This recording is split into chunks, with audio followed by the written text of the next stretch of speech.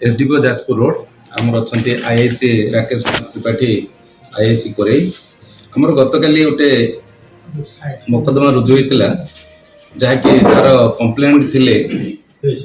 आमर तुलतीर आरआई इतिश्री सेनापति से रिपोर्ट कले गतकाली से तहसिलदार सहित तहसिलदार व्यासनगर प्रशांत कुमार पंडा से जाइए काली फजलपुर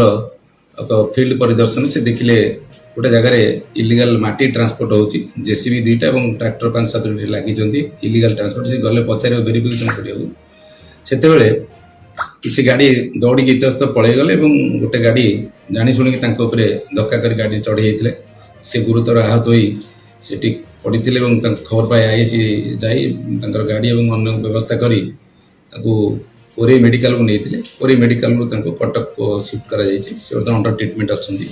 ये संक्रांत काली दिन 3:30 बेले गोटे लिखित रिपोर्ट देलापर आमर कोरेई थाना गोटे केस है मामला तार मामला नंबर हूँ मोकदमा नंबर 151 हेलापर ये जो जेहेतु जन सरकारी ऑफिसर को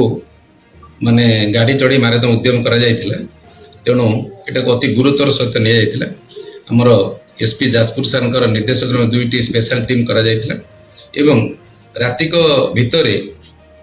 10 घंटा भितर आमर आईआईसी कोरेई एवं ताकर टीम आमर कलिंगनगर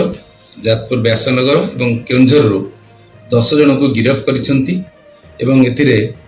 आमर 7टी ट्रैक्टर सीज होईची 2टी जेसी मेसीन सीज होईची आउ जो माने गाड़ी जे थिला जने मालिक जे थिले जने ड्राइवर कम मालिक एवं से मते जमीर ओनर से मते गिरफ्त 10 जन को गिरफ्त करा जायछि समस्त 10 जन को आज कोर्ट चालान करा जिवो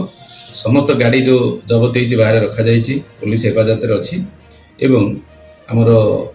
अन्य जो आईनगत कार्यक्रम ग्रहण कर कोर्ट चालान करा जिवो।